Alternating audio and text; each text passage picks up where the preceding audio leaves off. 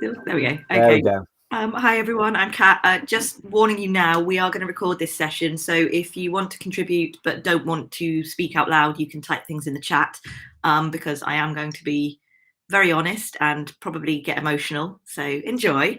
So I'm here to talk to you a little bit about mental health and the value of community around mental health and just the value of sharing mental health. So before I start, I just want to make it absolutely clear I'm not a health professional.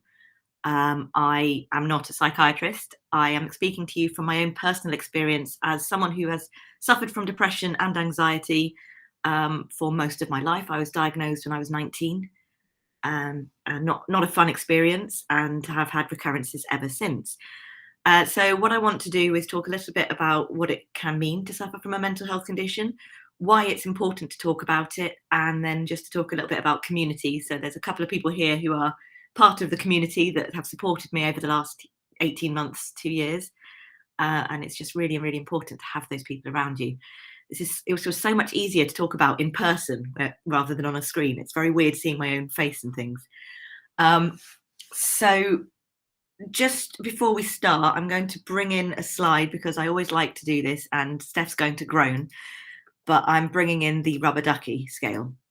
And so one thing I discovered over the last year or so was when we were hosting our Global GEG staff rooms, people would talk and they'd be comfortable and they'd be very, very happy to share how they were feeling, but actually they weren't being 100% honest. And one thing we found was using something like the rubber ducky scale made people much more likely to actually admit how they were feeling. So somebody would be chatting and friendly and talking, and you'd ask them, okay, so how do you feel right now? And they'd say 8, because I just want to bury my head in the sand. But you wouldn't have got that from the way they were talking. And there's something about having an image that allows people to feel more comfortable about sharing their own feelings. So I want you just to take a moment now to have a look at these images and have a think about which one best represents yourself. While you're doing that, you can drop your answer in the chat. While you're doing that, I'll just explain a little bit around what we use this for and how it became so important during the last 18 months. So at the start of the pandemic, lots and lots of people were coming up with great ideas for things they could do, ways they could share resources, exciting things that they could do to support teachers. And at the time, I wasn't a classroom teacher, I'm a consultant. And I just kept thinking to myself, I have nothing to contribute. I cannot help people. What can I do? And I had this idea suddenly because a few years ago, I did a presentation at an event called PyCon UK. Yes, I'm so cool. I went to a conference for Python coders in the UK. And I'm going to stop sharing my slides there. And I did lots of talks. I've done various talks at PyCon about education and computing and things like that. And this year I decided to submit a main conference talk about mental health, and about mental health actually specifically in the computing communities. And what I found was that was really, really eye-opening for a lot of people that I was willing to share, but also it made people more comfortable sharing because I was brutally honest about my own mental health. So I had this idea that when the pandemic, when schools started going into lockdown, that actually we would need somewhere to talk still. So I suggested to my friends, a couple of whom are here, Stephanie and Abid, that maybe we could have a mental health staff room, somewhere where people could just talk and let things out. Because the other thing that I found during the lockdown was that we were very isolated and alone. The first staff room actually launched a week before the pandemic, before lockdown in the UK. And it was really interesting because from my perspective, the US had just locked down that day. Places like China had already been locked down for a while. Italy had been locked down for a while. And we had this opportunity to talk together and to share our stories. And it became really, really eye-opening to learn that other people were in the same situation we were. Other people were struggling too. There was that sort of sense of feeling like we were the only one, because everyone was frustrated and stressed in the school, and they were looking for someone to blame. And that often became the techie, the computer person, the IT person. Why haven't you prepared me for this? Became a common theme. And so having that space to recognize that we weren't alone became really, really powerful. I'm just going to have a look through now those comments about what people are feeling on the scale. So we had a range of 1 to 5. Steph's slightly brutal reason. For anybody who doesn't know Stephanie and Abid, they are pretty much best friends, and they do tend to be mean to each other because of that. They love each other, really. But yeah, it's good to see that everyone's very positive today. If anybody would like to share why they put their number, by all means, raise your hand. You all know how to do that, I hope. If not, we will move on. Okay, so I'm going to talk a little bit about my mental health now. So for me, mental health is an ongoing struggle. And when I was diagnosed at 19, I didn't really understand much about the whys, the wheres. All I knew was that I felt really unhappy a lot of the time. I did have a suicide attempt, but it wasn't a real suicide attempt. You talk about people talk different ways that people try and self-harm when they're struggling. For me, it was definitely a cry for help. I just wanted someone to see me because I didn't feel seen. So for me, mental health is a number of different things. There are physical problems. I get IBS, actually. I do get stomach cramps, which is caused by my mental health. I get psoriasis. My skin literally just peels off. I get headaches and migraines. I don't eat properly. Sometimes I won't eat. Sometimes I'll eat just junk food. And it's all relating to my mental health. And there's all these sort of physical things that build up. I feel tired all of the time when I'm struggling. I don't want to see people. Obviously, that's a classic symptom, but I will make very, very convincing excuses for why I can't join people. And then I will chat to somebody and appear perfectly fine 5 minutes later. Like right now, I feel like I'm relatively buoyant and positive, but actually I have been struggling with my mental health for the last couple of weeks. Yeah, Abid just said in the chat, you never realize how much of a physical impact mental health can have. And it's frightening because you don't realize quite how horrific it can be, as well as those negative thoughts. You know, when I'm having a bad time, my brain is basically constantly telling me, nobody really likes you, nobody cares. Anybody who's being nice is just saying that to be polite. These people aren't really your friends, they hate you, just avoid them. And I know in my heart that that's not true, but those voices in my head become so overwhelming sometimes. You know, at my age, I'm 38 now, I'm much, much better at fighting back those symptoms and recognizing them for what they are. But that doesn't mean it's not still an actual battle, an actual war I have with my own mind. And, you know, I'm not alone. There are lots of us who are struggling out there. And as a general rule, we don't talk about it. People who struggle with their mental health don't share that they're struggling. They just keep going and keep acting as if everything's fine, which is one of the biggest problems. And that's probably down to the fact that there's still a lot of stigma around mental health. There's still that sense of being seen as weak. So one thing I would say to everyone right now is just congratulations and well done. Those of you who are pupil facing in particular, you have just probably been a beacon of light for all of the children you've worked with in the last 18 months, last 2 years.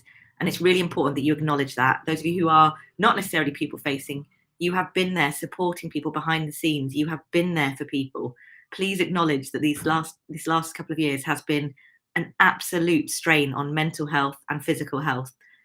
And you need to recognize that you have been supportive, and that you are important to at least one person out there. I can guarantee that at least one person is happy because of you. So I'm going to share another slide now, and this is one of my favorites. I actually, after doing this presentation recently, I looked up and found the original of this picture, and I've forgotten where the link was now. So this is something I found on Instagram, and it's quite a powerful infographic to me because this really is how I feel a lot of the time when I'm struggling. And I pointed out doom scrolling. That's one of my key indicators. If I've sat on social media for quite a long time, just scrolling through it mindlessly, that's a sign that I'm not doing well. And I'm sure you've probably felt yourself doing that at some point. But what I find with myself is I'm sort of staring, I'm looking at it and then just getting myself into a deeper and deeper hole of doubt. And it's quite important that we recognize these things and we acknowledge that actually these are a sign that things aren't right. So one of the things that I found really powerful that came out of the Global GEG staff room that I keep mentioning is that by my talking about my mental health, by my being brutally honest, there were a few people that were able to acknowledge and recognize their own mental health where it was an issue. And they were willing to then seek support, because obviously if you don't seek support, things just keep getting worse.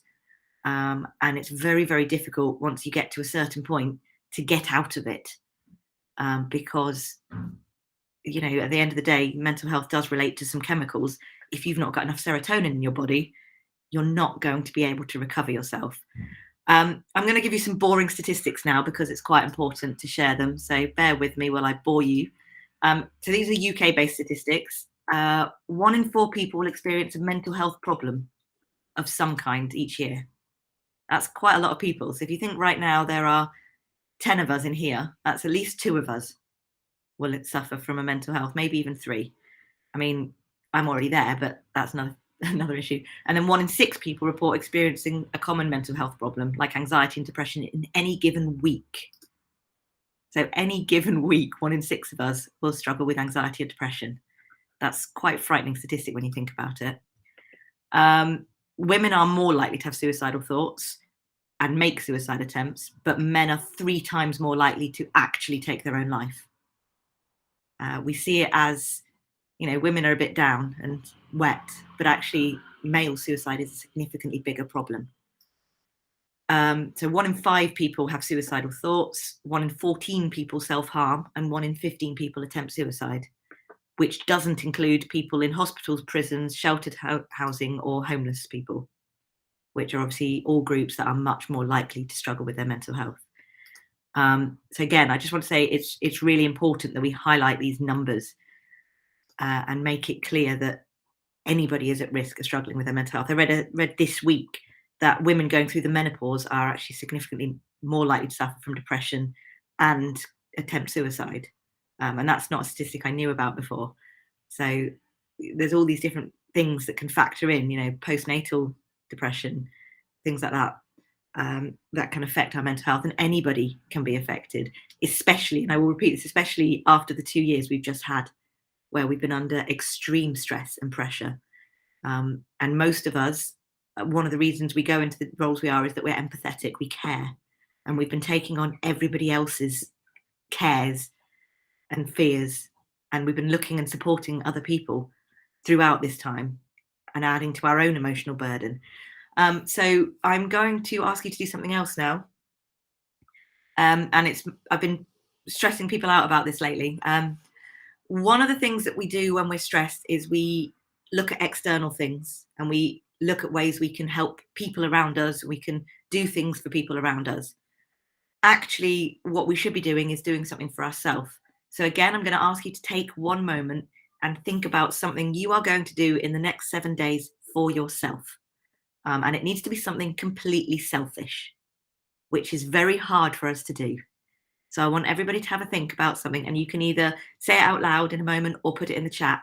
But I want you to think about one selfish thing, and I mean selfish in a positive way, but one thing you can do for yourself, whether that be eat an entire chocolate cake, go for a run. I know some people actually enjoy doing that. Weird. Yeah, I like that. So yeah, just what is your one thing that you're going to do that will empower you? What is your oxygen mask? Because we so rarely put ourselves first in the modern world.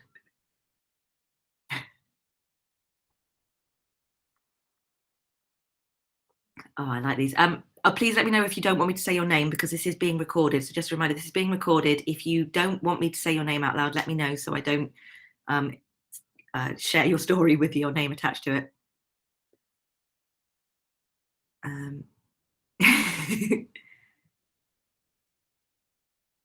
Okay, so I'm seeing things pop up just for people popping down in the chat. So Abid mentioning that he didn't realize how much of a physical impact mental health could have. And yeah, I think we just see mental health as people being a bit crazy and a bit weird or a bit down, but there's just so much more to it. And I mentioned before, for me, my mental health is also a chemical imbalance. My body doesn't produce enough serotonin. And when I get to a certain point, the serotonin runs out and I do have to take medication. And there are a few times in my life I've been medicated. So yeah, thank you, Holly. That's a really nice memory of how to use cat ear filters, apparently. And yeah, and Karen's going to sleep in for 30 minutes.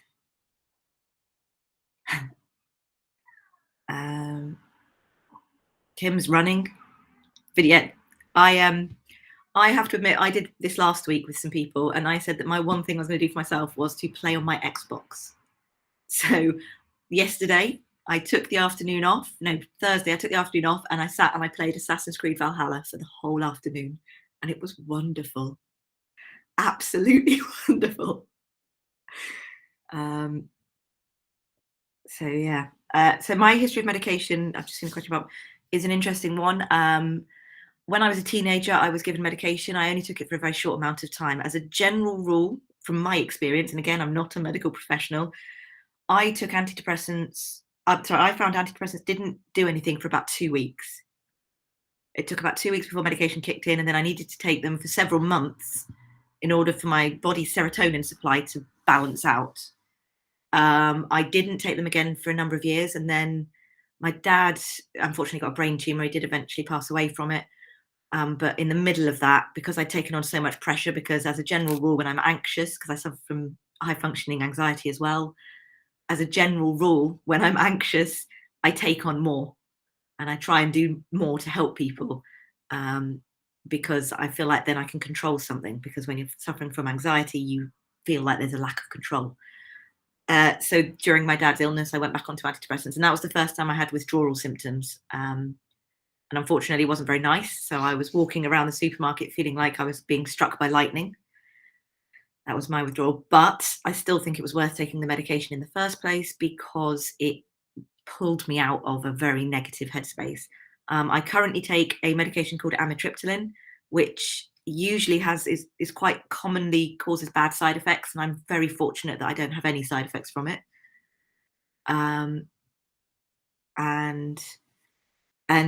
So the amitriptyline is actually because it was developed as an anti-anxiety medication, but is actually proven to be more useful in solving migraines. And I'm getting migraines again, and we think it's caused by my anxiety. So in response to the question, can I measure my levels easily? Not very easily. And if I'm honest with you, I have to really self-monitor and recognize when I'm eating loads and loads of chocolate and not communicating with people and locking myself down. So this last few weeks, I've realized, I mean, I was expecting to struggle, but actually it was physical for me. I was getting these headaches again. I wasn't eating, I was skipping meals, which is the opposite to what teenage me used to do. Teenage me used to eat junk food constantly. Now I find I skip meals when I'm struggling and just eat chocolate in the gaps.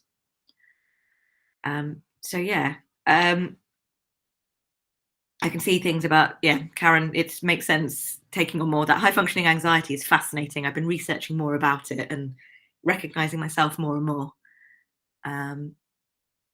So we've got the next sessions coming up soon. I'm just going to share one more slide with you, which is information about the Global GEG staff room. You are always welcome to join.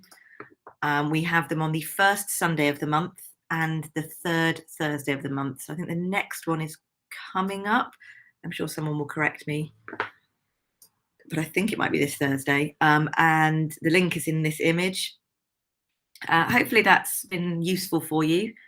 I do like to just pour out my heart and talk absolute rubbish at everyone all the time. And yeah, feel free to join staff room.